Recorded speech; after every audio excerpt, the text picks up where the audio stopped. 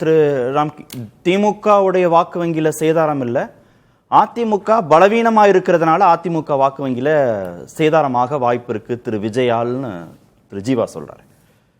இது ரெண்டு தினகரன் சொல்வது சரிதான்.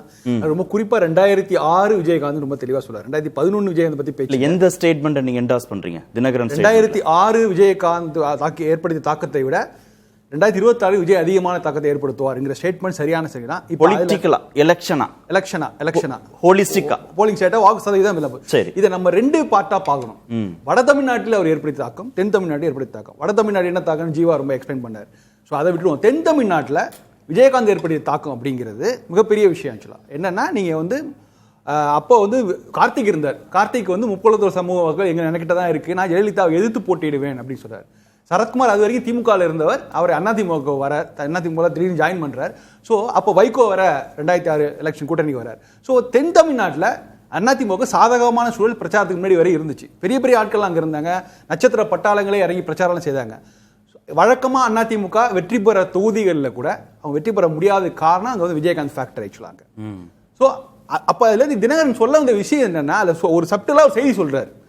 அன்னைக்கு ஏற்பட்ட தொகுதி இன்னைக்கு வருங்கிற மாதிரி ஒரு அலர்ட் பண்றாரு. யாரை அலர்ட் பண்றாருன்னா, இன்னைக்கே அதிமுக விட்டு பிரிந்து இருக்கிற ஒருங்கிணைந்த அதிமுக வேண்டும் சொல்லிக்கிற திமுகவை மட்டும் அலர்ட் பண்றாரா? திமுக அதிமுகவை சேர்த்தே அலர்ட் பண்றாரா? அதிமுகவை சொல்லாம அலர்ட் பண்றாரு? அதிமுக சொல்லாமல் அதிமுக அது வரைக்கும் 7-8 வருஷங்களாக ஒருங்கிணைந்த அதிமுக வந்தால் போதும், நிலைமை மாறிடும் சொல்லிட்டு இருந்தவங்கள அலர்ட் பண்ணி இது போன்ற சூழல் வரும், நீங்க என்டிஏ கூட்டணிக்கு வாங்குங்கிற ஒரு மறைமுகமான செய்தி இருக்கதா நான் பாக்குறேன். அப்போ அதிமுகவுக்கும் பாதிப்பு அப்படின்னு சேர்த்தே சொல்லியிருந்தாருன்னா அந்த எச்சரிக்கை இருக்காரு. அது வெளிப்படையா சொல்ல முடியாது. ஆனா இது உண்மைதான். என்னன்னா, தென் தமிழ்நாட்டில் அதிமுக பாதிப்பு இருந்தது, வட தமிழ்நாட்டில் திமுக கூட்டணிக்கு, அதாவது பாமகவோட வாக்குகளை தான் அபகரித்தார் விஜயகாந்த். ஸோ திமுக கூட்டணிக்கு பாதிப்பு இருந்தது. தென் தமிழ்நாட்டில் ஒரு அலர்ட் கொடுக்குறாரு. என்ன காரணம்? நிக்கல மதுரையை சுற்றில ஒரு 20 பகுதியில் எடுத்துங்களாங்க. அங்க நீங்க ஒரு 3000 வாக்குகள் அங்க என்டிஏ கூட்டணிக்கு விடக்கூடிய அவங்க சமூகத்து வாக்குகள் என்டிஏ கூட்டணிக்கு போகாமல் ஒருவேளை விஜய் பக்கம் விழுந்தால் அது தேர்தல் முடிவுகளே மாற்றும். ஸோ அப்படி இருக்கும்போது அதுக்கு ஒரு அலர்ட்டா தான் சொல்றாரு. அவர் சொல்ற சரிதான். அதாவது விஜயகாந்த் 10% வாக்குகள் பெறுவான்னு எதிர்பார்த்தோம், 8% பெற்றார். இன்னைக்கு விஜய்க்கு 10-12% வாக்குகள் கிடைக்கிறதுக்கான வாய்ப்புகள் அந்தந்த தொகுதி தென் தமிழ்நாட்டை பத்தி தான் சொல்றேன். ஏன்னா கிட்டத்தட்ட 100 தொகுதிகளுக்கு மேல திரு விஜயகாந்தோடைய தாக்கத்தால தேர்தல் முடிவுகள் மாறுச்சுன்னு தான் அப்பெல்லாம் பேசப்பட்டது. ஆமா, இதுல என்ன இருக்குன்னா, அதிமுக வலுவாக இருந்த அதிமுக ஜெயிக்கக்கூடிய பகுதிகள்ங்கிற நமக்கு நிச்சயமா ஜெயிக்கக்கூடிய பகுதியில் ஒரு நூலிழையில் மிஸ் பண்றாங்க. கருணாநிதியும் ஜெயலலிதாவும் இருந்த சமயத்துல, சமபலத்தில் இருந்த சமயத்துல அதுதான் அங்க அப்ப தேர்தல் முடிவுகள்ல ஆட்சி மாற்றத்திற்கான பங்கு தென் தமிழ்நாட்டில் உள்ள தொகுதிகள் தான் டிசைட் பண்ணாங்க. இங்க வட தமிழ்நாட்டில் பாமக அபகரித்த வாக்குகள் தான் அதுதான். சோ அதனால தென் தமிழ்நாட்டில் ரொம்ப எச்சரிக்கையா இருக்கணும். நம்ம சமூக வாக்குகள், அதிமுகக்கான வாக்குகள் நம்ம பக்கம் தான் வரணும் அப்படின்னு சொல்லி ஒரு விஷயம் சொல்றாரு. அதுல இருந்து நம்ம என்ன புரிஞ்சுக்க முடியுதுன்னா, அங்க ஏதோ ஒரு சில மாற்றங்கள் நடந்துட்டு இருக்குது.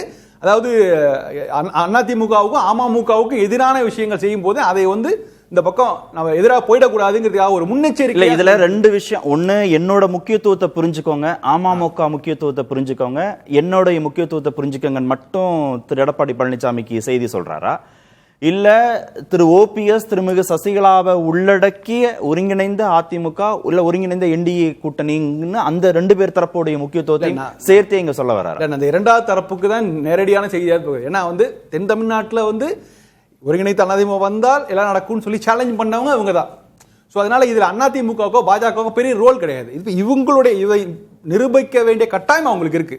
ஸோ அப்படி இருக்கும்போது தாங்களுக்கான சமூக வாக்குகள் செல்வாக்கு மடைமாற்றம் செய்யப்பட்டு விடக்கூடாதோ. ஒரு ஈவன் 2000-3000 வாக்குகள் கூட பிரிந்து வேறு தரப்பு இருக்கு. அது திமுக கூட நான் சொல்ல, விஜய்க்கு நாம் தமிழருக்கு போனால் கூட அது முடிவுகளை மாற்றும் அப்படிங்கிற ஒரு மறைமுக செய்தி அங்க இருக்கதா பாக்குறேன். இதுக்கு யாரு, அதாவது இவர் அலர்ட் பண்றாரு. சோ அவங்க என்ன, எடப்பாடி பழனிசாமி இல்ல ஓபிஎஸ் சசிகலா தரப்பை அலர்ட் பண்றதா நான் புரிஞ்சுக்கிறேன். ஏன்னா அவங்களுடைய சில நகர்வுகள் பார்க்கும்போது சேலஞ்ச் பண்ற நகர்வுகளா இருக்கும்போது அவங்களுக்கு அலர்ட் பண்ற, நீங்க எதிர்த்து சில இருக்காதீங்க, உள்ள வந்துருங்க, இரட்டைலைக்கு எதிராக போயிடாதீங்கிற ஒரு மறைமுக செய்தி இருக்கிறதா நான் பாக்குறேன். இதுல எடப்பாடி அவர்கள் ஆக்ஷன் எடுக்கிறதுக்கான எந்த இதுவும் கிடையாது. அது இந்த இடத்தை முழுக்க சரி செய்ய வேண்டிய பொறுப்பு பாஜக தான் இருக்கு. அவங்க அதுல தான் ஃபோக்கஸ் பண்றாங்க. தென் தமிழ்நாடு திருப்பரங்குன்றதுல ஆரம்பிச்சு அதிகமான ஃபோக்கஸ் பாஜக தான் ரொம்ப கவனம் செலுத்துறாங்க. ஸோ அதனால பாஜக முன் இதை சரி செய்ய வேண்டும். ஆனா இந்த பிரச்சனை இருக்குங்கிற மறைமுகமா சொல்றாருன்னு தான் நான் பாக்குறேன். ஓகே.